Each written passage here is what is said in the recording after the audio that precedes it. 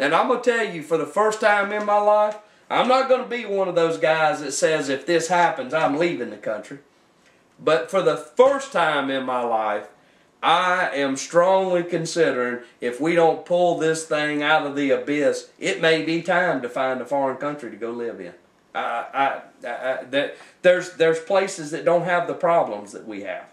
Sure, there's a little shooting and violence every now and then, but you know, if you take the proper weapons with you, you'll be all right. But we're hanging over the abyss, folks.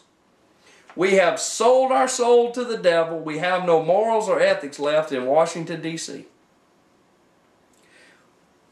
But you know what you just said, moving out, that's the root of the problem, is public apathy. Because nobody shows up, nobody pays attention, nobody votes. And this is what happens when nobody pays attention. You can't, you can't just turn it over to a caretaker and just expect him to, do a perfect job for you without skimming out of the till. Deborah knows, and anybody that knows me and folks that watch this show, look, I'm the eternal optimist that things are going to get better. My issue is I typically see it sliding into the black hole way before everybody else does. Right. So I'm reaching out to you folks. Tell your friends, your neighbor, your 17-year-old that's in high school that's going to turn 18 in time to register to vote, sit them down and tell them. Tell them that the country that they're inheriting is going to disappear if they don't learn about this. And start locally. That's right. We've seen the stealing nationally with the bailouts and the TARP program and now this health care bill is a form of stealing nationally. But we've seen the Poland property purchase, which is a theft by the Santa Rosa County Commission, directly from our pockets. It happens locally, it happens at the state level, and it happens nationally. If you start locally, and you address it there, then you build that grassroots sort of. Politics is local. The one good thing about the Tea Party movement, it is getting a lot of people involved. A lot of people who knew a little bit are now fired up, and they're educating their friends. There's email lists being built.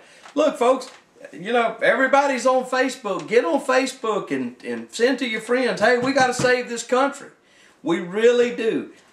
It's not okay. It's not going to get better on its own. It's not going to happen. We are so close to complete financial destruction in this country, it's not funny. And the only way to correct this stuff is for all of us to gather together. We need new conservative faces, and I'm not talking about fake conservatives. I'm talking about do a Google search on them, whether it's a city council person, a county commissioner. Search the clerk of court's records and see if they have any problems that might not qualify them to run for office. Do your homework. I'd like to see some liberals in there too. Well, as long as they're conservative liberals. All right, ladies and gentlemen, one closing issue here. It has finally come to a point. Let's move off the federal stuff, and we're going to move back to Pensacola for a minute. Deborah and I, we've made a few comments about the Community Maritime Park. We participated in a meeting to encourage the open exchange of ideas by citizens, i.e. for them to follow the Sunshine Law and allow citizens to have input. And so Deborah and I we're no strangers to the Pensacola City Council or the Community Maritime Park.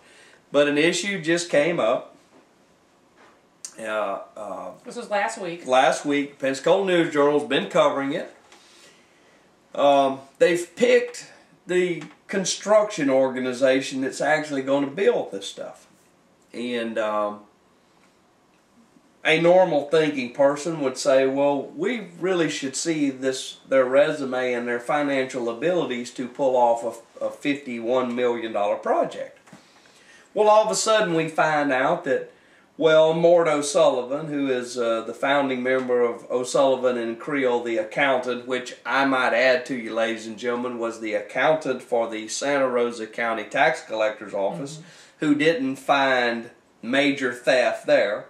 I might point out to you that O'Sullivan and Creel is the accountant who oversees the McNesby Sheriff's Department, and still is the accountant over there, who didn't notice $1.4 million missing.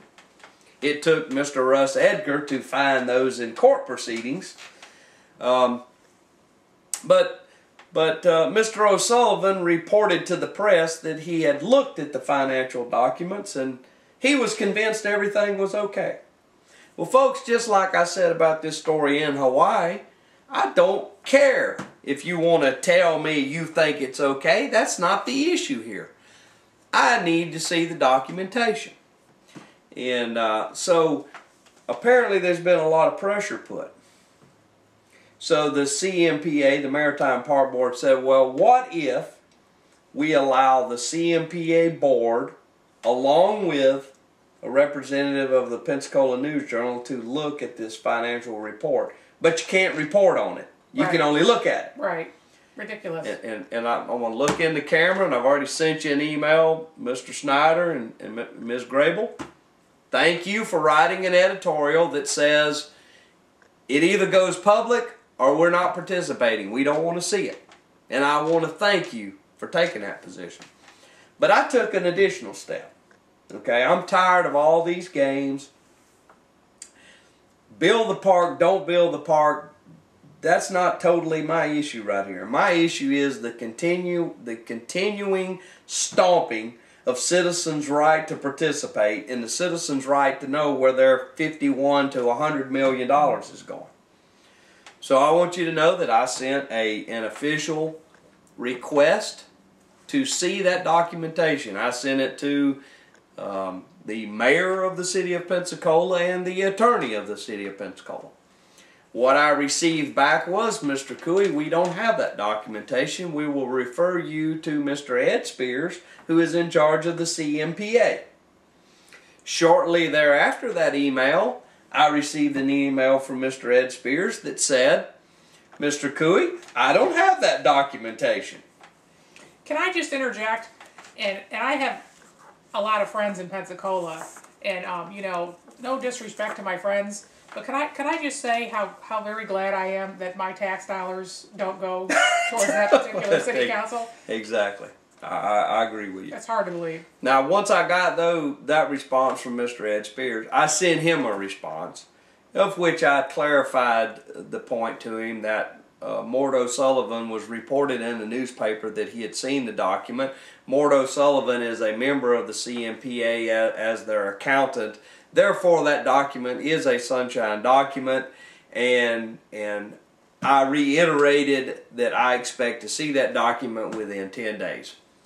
I'll let you know how it works out, but I'd like to see it. I would like to see it also.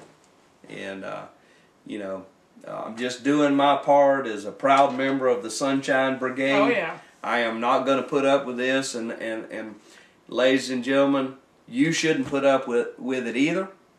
And if you have some problems or concerns about how your government is working or not working for you, feel free to contact us. And